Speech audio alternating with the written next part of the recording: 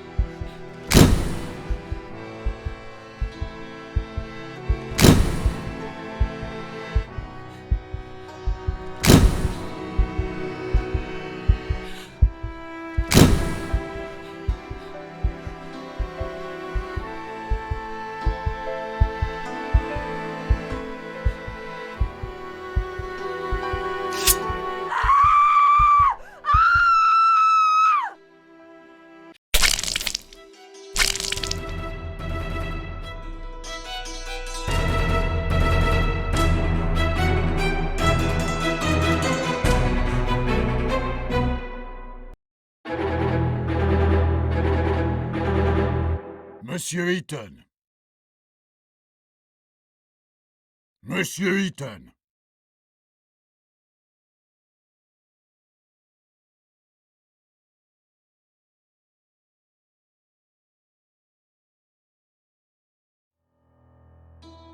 Monsieur Eaton, I'm talking to you.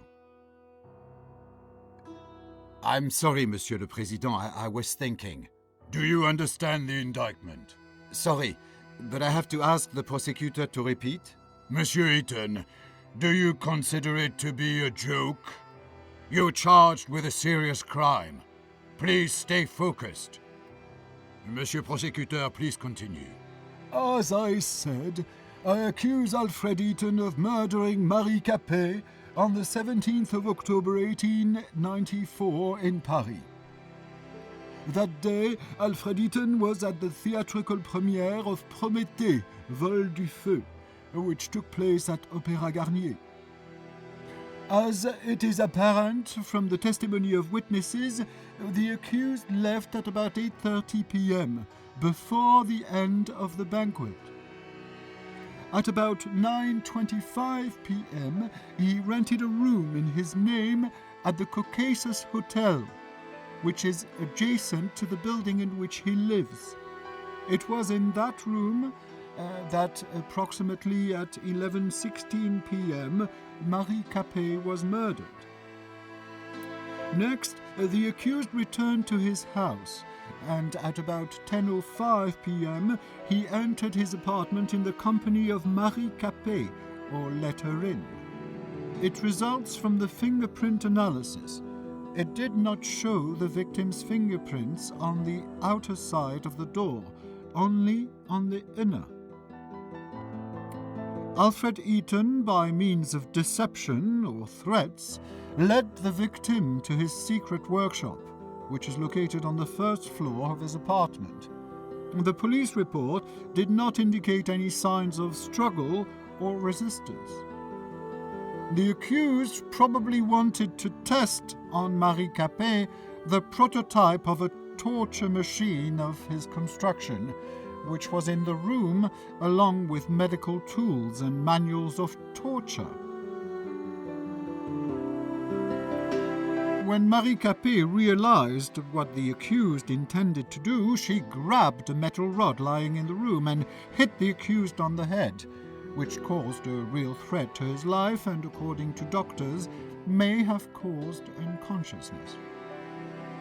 The fingerprints of Marie Capet's left hand were found on the rod, as well as Alfred Eaton's traces of blood. Traces of blood were also found on the floor of that room. At the time of his arrest, the accused had an extensive wound on his head, as confirmed by medical examination. Seizing the opportunity, Marie Capet fled from the apartment. She was stressed and in a hurry. This was confirmed by her numerous fingerprints secured on the inside of the door of the apartment of the accused. Then, Marie Capet ran into a nearby hotel, the Caucasus.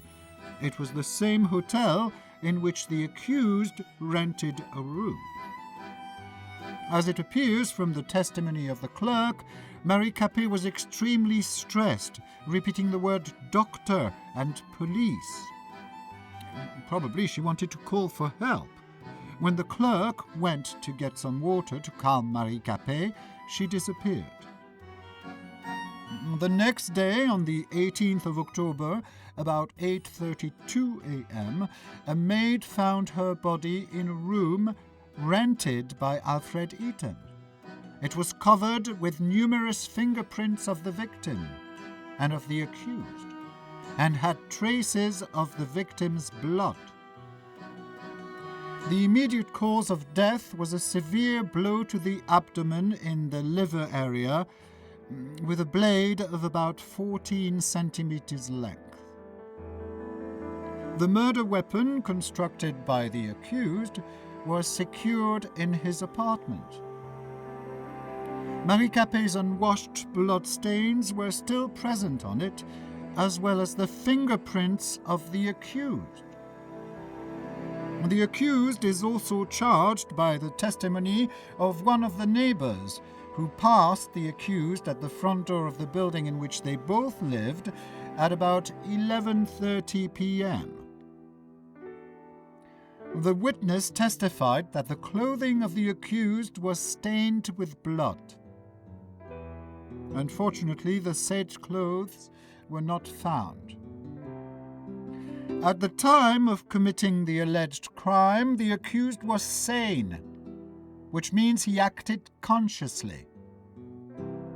For committed crimes, the accused shall be liable to life imprisonment or the death penalty. Has the accused finally understood the indictment? Oui, Monsieur le Président. Does the accused plead guilty to the charges against him? Non, Monsieur le Président. Does the accused want to provide explanations? Oui, Monsieur le Président. Monsieur le Président, could I ask you for some conversation time with my client? Of course. I just wish it would not take too much time. We've already wasted too much of it. Monsieur Eaton, please note that you can look through evidence at any moment. I will show the defense evidence to the court at the time of your uncovering during the testimony. It might surprise the prosecutor.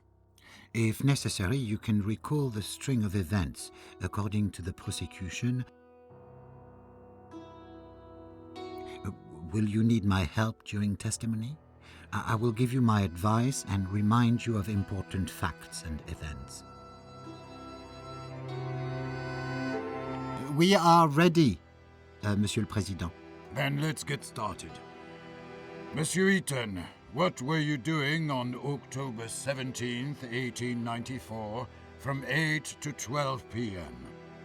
There was a theatrical premiere of Prométhée that day, which was sponsored by Le Feu, in which I am the lead designer. Starting at 7 p.m., I was at the premiere at the Opéra Garnier. Around 8:30 p.m., after the play, I found that I did not want to attend the dull banquet, and instead I preferred to work. I said goodbye to Hugo Argent, president of Le Feu, and I drove home. I got there at about 9 p.m.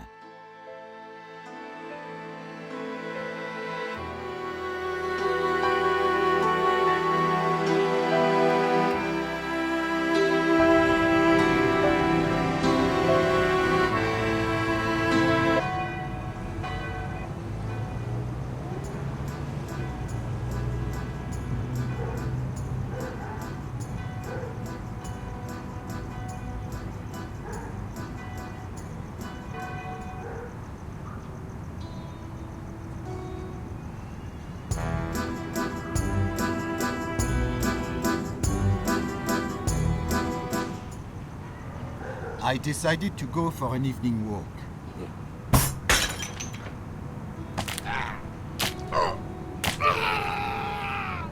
I entered the Café de Paris cafeteria. I wanted to drink some good wine and eat a piece of cheese. A group of Parisian rabble tried to throw me out, screaming that there was no room for gypsy thieves. They beat me and threw me into the street. I was all covered in blood. Did you report this fact to police officers? No, Monsieur le Président. I decided that it was not worth losing my time. And why is that? A second of my word is more important than the lifetime of each and every one of those plebeians. Besides, if I had reported it, I would have done them a favor. What do you mean, sweet? In jail, they would have had better living conditions than those holes that they call houses. I understand. Please return to your testimony.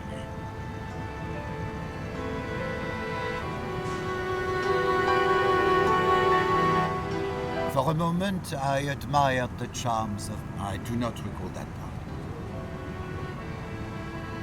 I do not recall that part. I opened the gate. I entered the nearby hotel, Caucasus.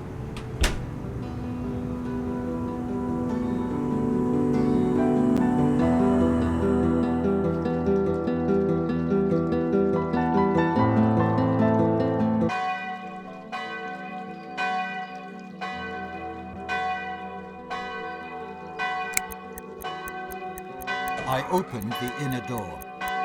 I opened the door to the phone room.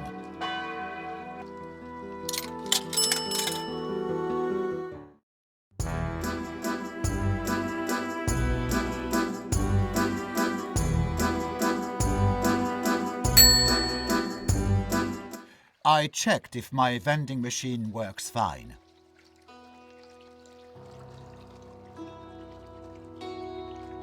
I tried to open the door to the restaurant, but it was closed because of the late hour. I threw a coin into the fountain of the hotel lobby.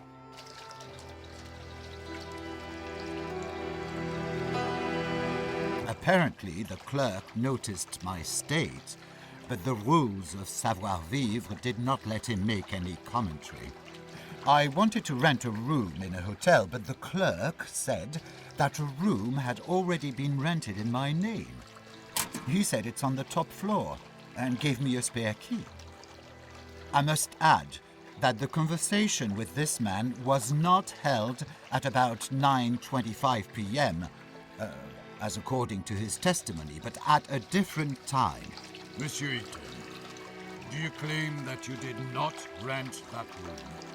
Oui, Monsieur le Président, but I knew it could not be a coincidence. The name Ethan is not that common. So you tried to learn more from the clerk? Yes, however, he hid behind his professional secrecy. I knew he wouldn't tell me a thing.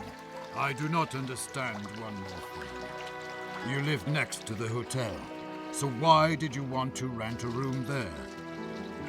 Sometimes I meet up with some girls of the Moulin Rouge, and due to my reputation, I prefer not to do it in my apartment. Did you meet Marie Capet face to face? No, Monsieur le Président, never. I understand. Please continue. I wanted to check the guest book, but I couldn't do that with the clerk nearby.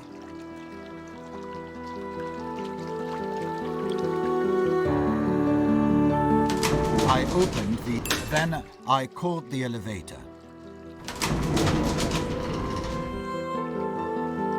I took the elevator to the second floor.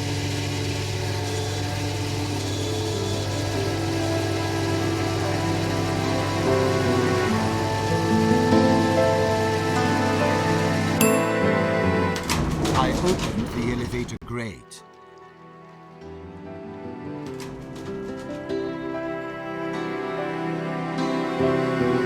I examined the historic tableware.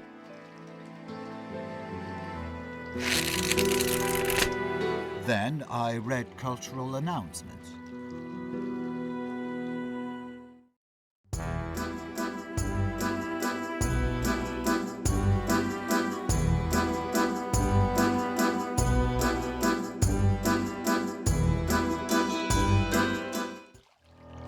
I examined the historic tableware. I opened the inner door. I opened the door and entered the room.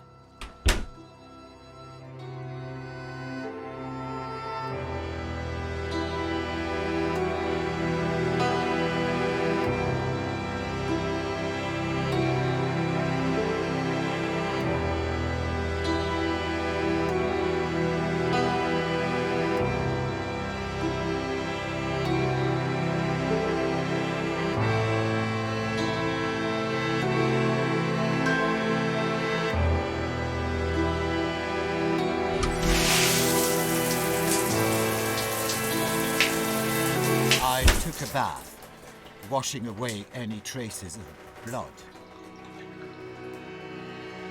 Then I left the room into the corridor.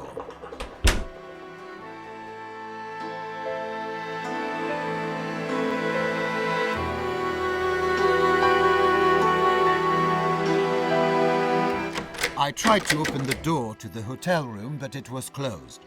Why did you try to open the door to someone else's room? Honestly, I do not know, Monsieur le Président. I guess I was just curious if it would be opened. Well, please continue your testimony. I opened the inner door.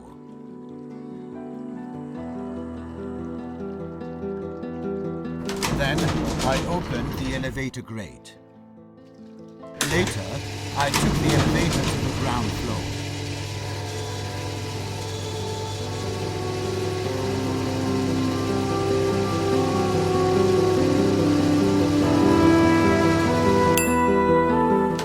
I opened the elevator grate. Later, I opened the door and walked out into the street.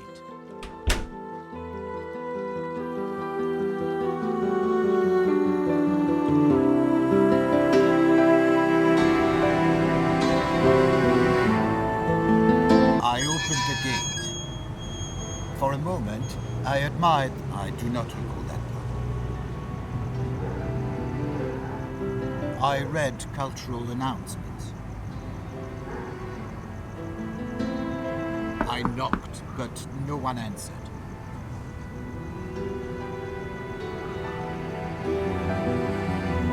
Later, I wanted to start the car and go for a ride, but it ran out of fuel. From l'Opéra Garnier, for a moment, I admired the charming streets. I opened the door and entered my building.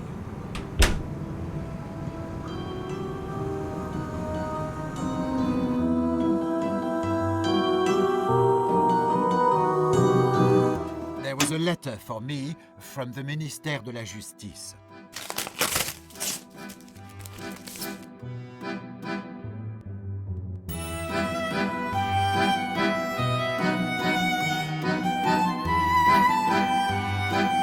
Monsieur le Président, this is the evidence marked with number 2. It clearly shows that my client designed his interrogation machine with only the best intentions. According to his plan, it was supposed to be forwarded to the prosecutor's office and law enforcement agencies to improve the effectiveness of interrogation. The prosecutor's suggestions that my client has supposedly intended to use this device to torture helpless women is hasty and completely untrue. This letter only proves that the accused was looking for application of his torture machine and had not found any support from Ministère de la Justice, so he decided to test it on an innocent woman. The court supports the view that the mere fact of an offer to the Ministère de la Justice does not constitute sufficient evidence that the allegedly accused acted in good faith when creating such a device. Monsieur Eaton, please go back to your testimony.